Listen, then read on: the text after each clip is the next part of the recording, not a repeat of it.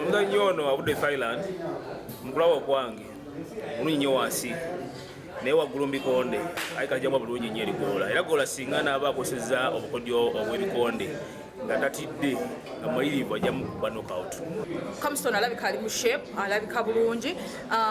Sikibadde kyangu naye twebaza Katonda ne ba sponsors bonna batuyambyeko nti buli kimu kitambudde bulungi. Era Kamston mwali mu ggwanga agenda ku training enkyajja kubeerawo ku gym nga training ku HPT Hotel. Abaagala okujja okumulaba muyinza okujja ne mulaba naye mbakoola mujje bangi muwagire Moses Golola ng'awangula world title.